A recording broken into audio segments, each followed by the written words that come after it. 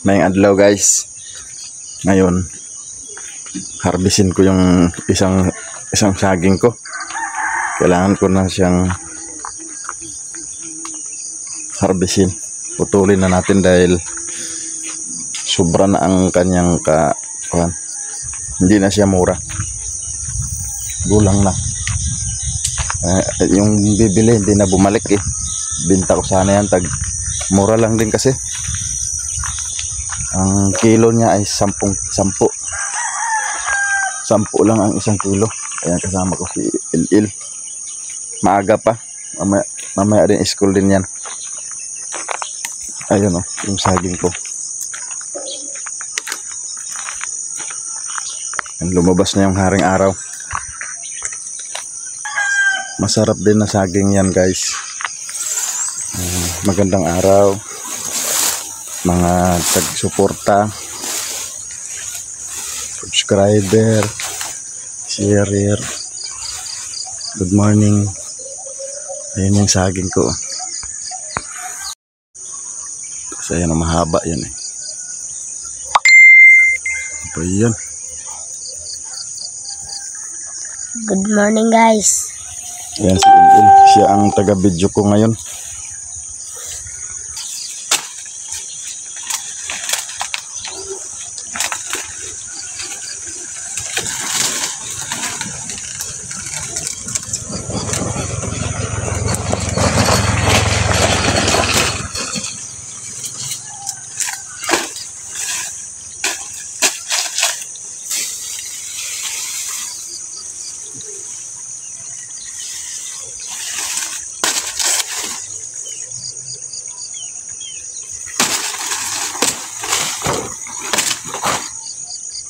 Nasa taas, mahaba kasi ang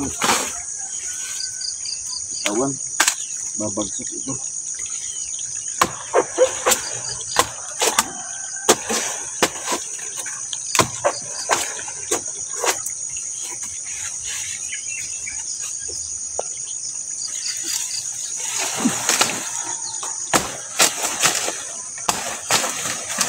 Bukya.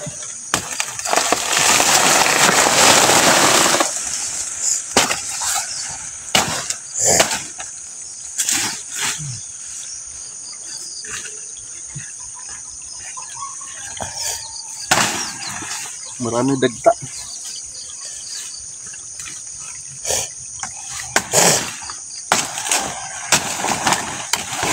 Uy.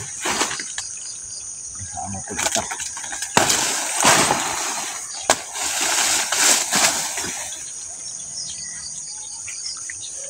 Ito na guys, laki.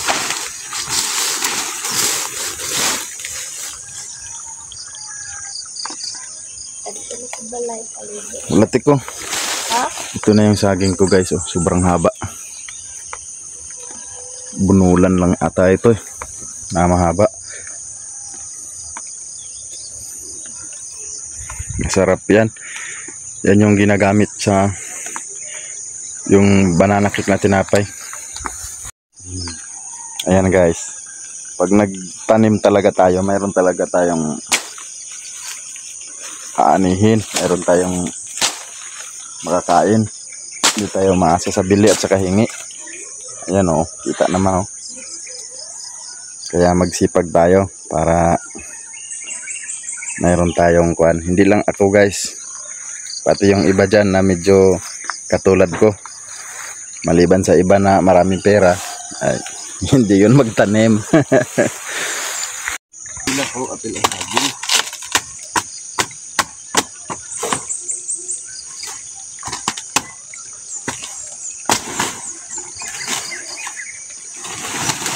Ang bigat.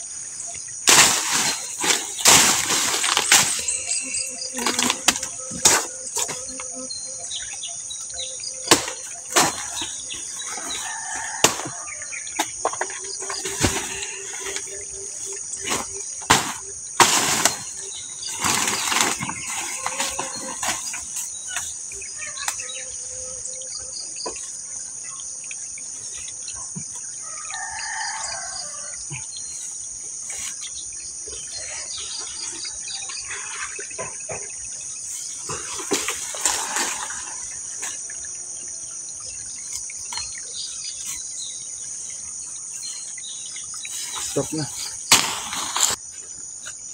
Sobrang bigat ng saging. Ayun oh. Pwede ko naman buhatin yan kaso lang. Una, mabigat. Pangalawa, madagta. Magaan lang naman, di ko naman, pero madagta lang siya. Nakakaman siya ng damit. Umuwi na si Il, maliligo na raw siya. Kaya mag-school pa. Yan guys, marami talaga akong saging dati. Yan oh, nagkalat yung mga saging ko. Kaso lang, mga kapitbahay, yung mga baka nila at saka baboy, itinatali nila malapit sa saging, kaya kinakain yung saging, naubos. Ang dami dyan tanim ko, ngayon wala na, kunti na lang, mabilang na lang, siguro mga 10 puno na lang. Tapos yung isang taniman na yung ganyan, nag-anak-anak lang yung saging, kaya siya dumami. Pero kung kwentahin mo, isang puno yan, yung ganyan, isang puno itinanim, tapos dumami na siya, naging 4, 3.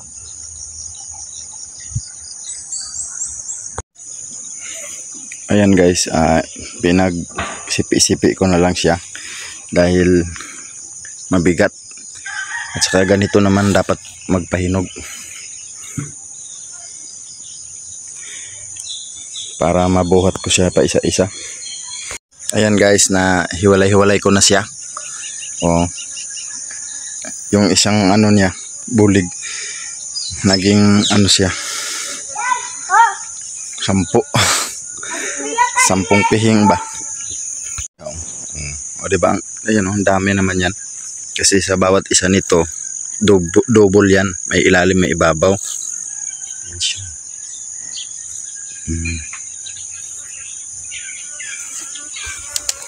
Oh, gusto ko ibenta ito para magkapira. Naubusan na ako ng ano, panglod. Nabinta ko na to, mayroon na ulit akong panglod kasi naubusan na, na-wash out na. Kaya kailangan pang upload eh. Guys, nahakot ko na yung saging. Ito na siya. Tapos dito ko ilagay lahat para mahinog. Ayan. Ang pagpahinog ko is normal lang, walang chemicals dahil pag may chemicals makasira yata yun. Ayan, pabayaan ko lang yan dyan mahinog. Dati kasi nung nagpahinog ako, nung nahinog na, nagsawa yung mga bata, pati tao, pati kami. Ayaw na kumain, kaya nabulok-bulok na. Ayan, pag nahinog yan, yan ang dami oh. Pag nahinog yan, ibenta ko. Tapos yan si Rian. Ayan, anak ng kapatid ko. Anak ni Ricky yan, si Rian. Grade 6 na kaya? Yan, grade 6 na si Rian. Naantay niya si Il. Ang tagal ni Il magbihis. Sige na, bilisan mo na. Suklay. Tapos kain ka na roon. Okay, maligo pa ako bago kita ihatid. Yan guys, maraming salamat sa pag-subaybay ng aking video at paki-like and share. Thank you so much at comment. Thank you. Bye-bye.